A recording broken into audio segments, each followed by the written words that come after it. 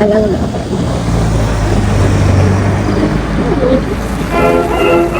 Hajime. Hajime to ni Summer Festival.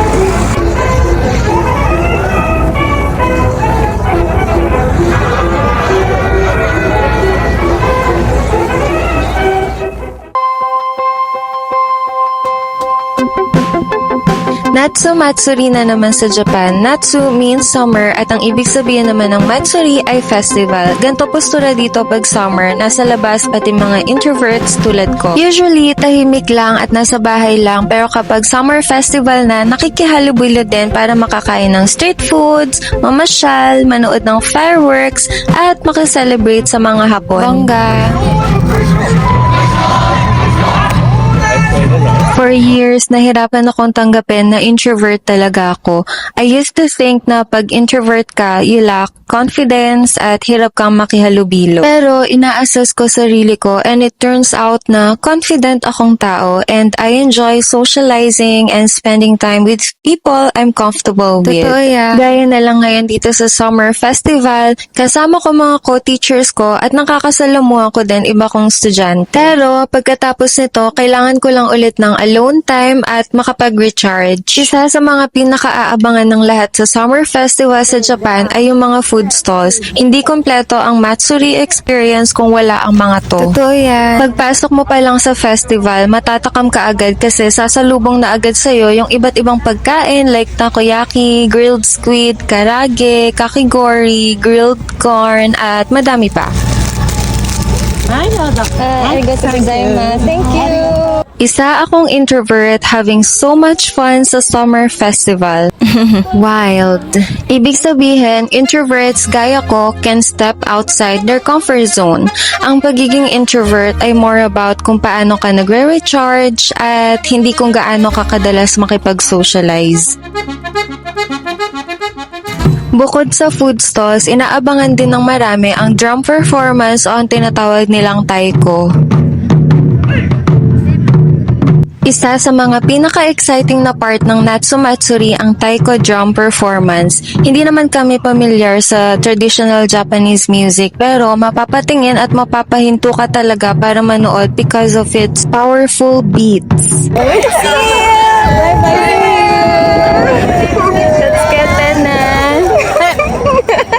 At alam nyo ba guys na marami ring famous personalities na introverts like Emma Watson, Jisoo and Jennie of Blackpink, and Rihanna. Maraming famous as successful people ang introverts din like J.K. Rowling, Albert Einstein, and Mark Zuckerberg. This is proof na being an introvert doesn't mean we're not capable of achieving great things. Bongga! Hindi rin mawawala sa Summer Festival ng Japan ang mga games. Meron silang yo-yo tsuri kung saan hinuhuli nila ang water balloons gamit ang maliliit na hook. They also have ring toss tulad nung sa time zone. Tapos, pwede din subukan yung Kingyo Sokui kung saan sinasalok ang buhay na goldfish gamit ang manipis na paper scoop.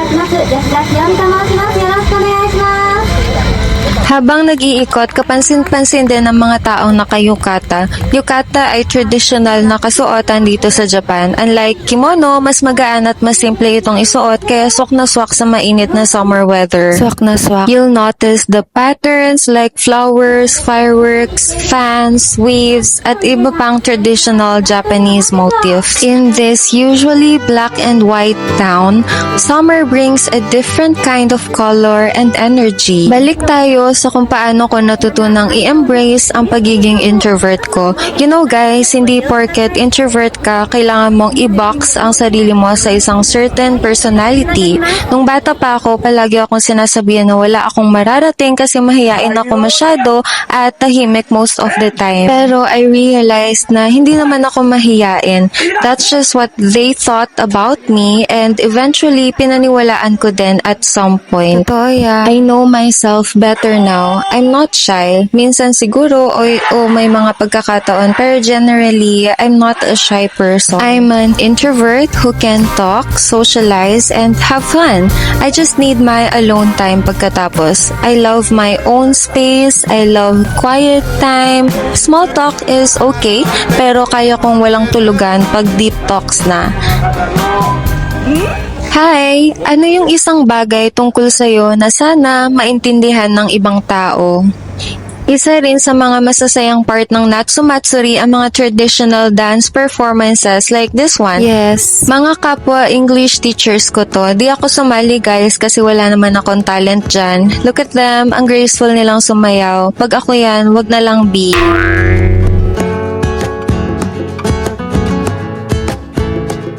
Kahit gabi na, tuloy pa din ang Natsumatsuri. Unlike introverts, hindi na uubusan ng energy ang festival. Madami pa ding tao guys. In fact, mas dumami pa nga. Buhay na buhay pa rin ang festival. Pwedeng lumapit sa stage, kaya may mga tao malapit sa performers. Lalo na pag may mga batang kasama, mas na-enjoy nila kapag malapit. Yes. Gaya ng sabi ko kanina, this is taiko drum na matagal ng parte ng kultura nila simula pa ng 6th century at least according to the internet. Noong panahon ng samurai, ginagamit din ng malalakas na tunog ng drums para magbigay ng energy at motivation sa mga warriors. Yung nakasulat sa itaas ng stage ay Arie Hamankora Festival. Hiragana writings lang nabasa ko guys, so sinearch ko pa yung kanji. Ang ibig sabihin ng Hamankora ay by the beach kasi nga sa seaside area ng Arie Town ginaganap ang summer festival. Walking distance lang to mula sa bahay namin kaya ayos lang din magpagabi. Anyway, feeling ko nasa Coachella ako.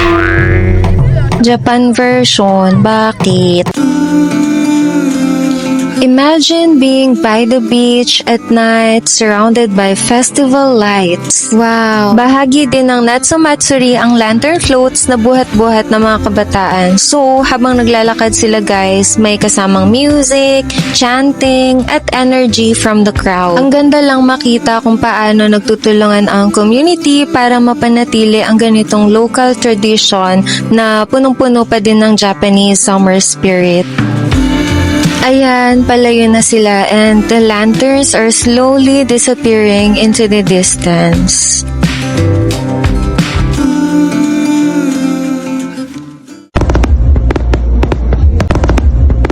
Nakaupo na halos lahat sa buhangin para manood ng fireworks. Ito yung perfect ending sa isang masaya at makulay na summer night sa Japan. Tama. As an introvert, I appreciate this scenario na wala akong kailangang sabihin o gawin.